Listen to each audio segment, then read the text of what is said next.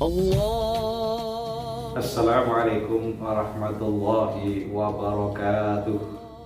Alhamdulillahilladzi 'allama bil qalam, 'allamal insana ma lam ya'lam. Asyhadu an la ilaha illallah wahdahu la syarika lah wa asyhadu anna sayyidana wa nabiyyana Muhammadan 'abduhu wa rasuluh sayyidul khalaiqi wal bashar. Allahumma shalli wa sallim wa barik ala abdika wa rasulika sayyidina Muhammad wa ala alihi wa sahbihi ajma'in wa man tabi'ahum bi ihsanin ila yaumiddin, amma ba'd. Kaum muslimin, kaum muslimat di mana saja berada, alhamdulillah hari ini kita dalam keadaan segar bugar, sehat walafiat. Ini adalah semata-mata karena karunia dari Allah Subhanahu wa taala. Sebagai rasa syukur kita kehadirat Allah Subhanahu wa taala, mari kita tingkatkan bersama-sama untuk selalu mengingat, berzikir dan sekaligus mengimani Allah Subhanahu wa taala dalam hati kita. Tepatnya pada hari ini kita sudah sampai kepada tanggal 9 Dzulhijjah. 9 Dzulhijjah itu adalah peristiwa yang sangat penting bagi umat Islam. Karena di situ kita tahu bahwa ada peristiwa yang sangat penting tentang perjalanan hidup Nabi Ibrahim alaihissalam. Tentunya dalam rangka kita menyongsong untuk besok bersama-sama menjalankan sholat Idul Adha, mari hari ini kita akan berikan beberapa tip-tip tentang kesunahan apa saja ketika kita menyongsong hari. Allah SAW pernah bersabda yang artinya, ada beberapa bulan-bulan yang istimewa yang dimuliakan Allah, di antara lain adalah yaitu bulan Aidaini, yaitu Idul Fitri dan Idul Adha. Dalam bulan ini kita dianjurkan oleh para ulama, dan sekaligus ini adalah perintah dari para sahabat-sahabat kita atau suri tauladan dari sahabat-sahabat Rasulullah SAW. Di antaranya adalah Sayyidina Ali. Sayyidina Ali itu pada waktu sebelum Idul Adha, yaitu sore hari sekian tanggal sekian ini, beliau sudah melaksanakan yaitu malam takbiran.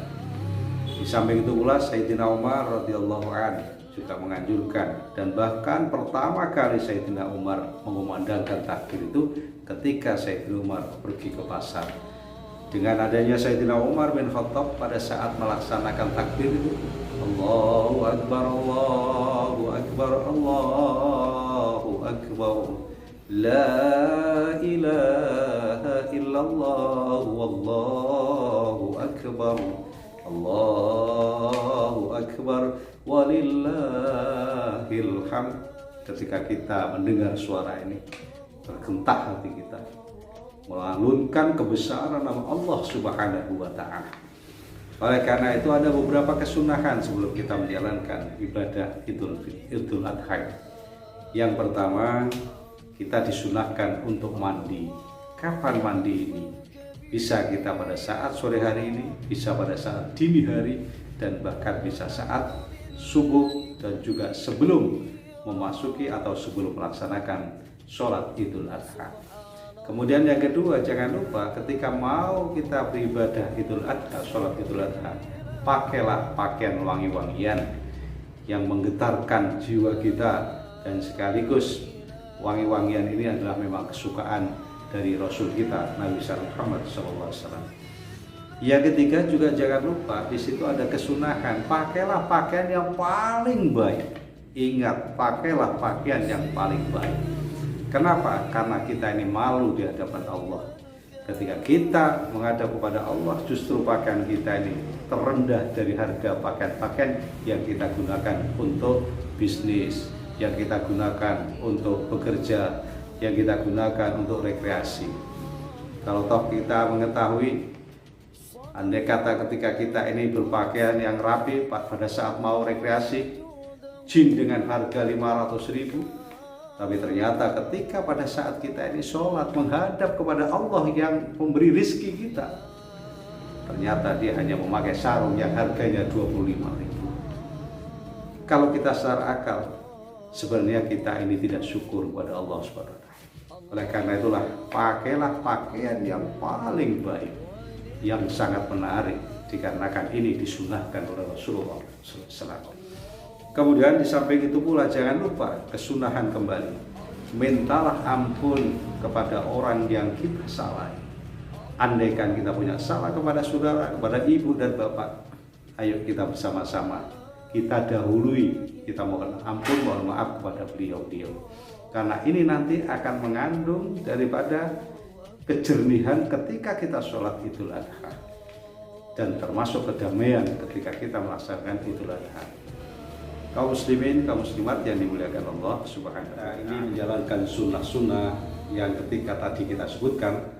Kita jangan lupa di dalam Al-Quran Allah sudah menganjurkan kepada kita, fasholli li rabbika wanhar. Setelah kita sholat nanti jangan lupa, kalau kita masih punya harta, kalau masih punya simpanan uang dan bisa diberikan untuk binatang untuk kita korbankan, silakan.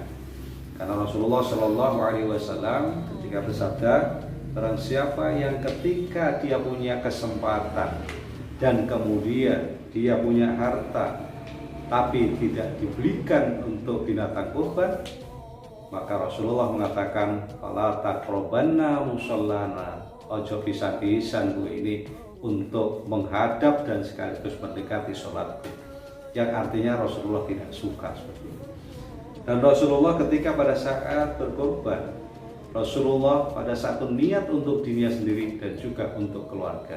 Sehingga siapapun orang yang melakukan korban, jangan khawatir, satu orang pun di dalam rumah tangga, insya Allah yang lain akan diberikan pahala yang setimpal oleh Allah Subhanahu wa ta'ala. Kaum muslimin, kaum muslimat, saudara-saudaraku di mana saja berada, mari kita ramaikan hari raya Idul Adha ini.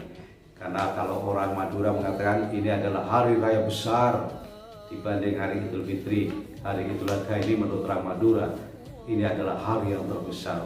Oleh karena itu orang Madura, kalau kita melihat di sana kurbannya luar biasa, seperti kurban Nabi Ibrahim alaihissalam.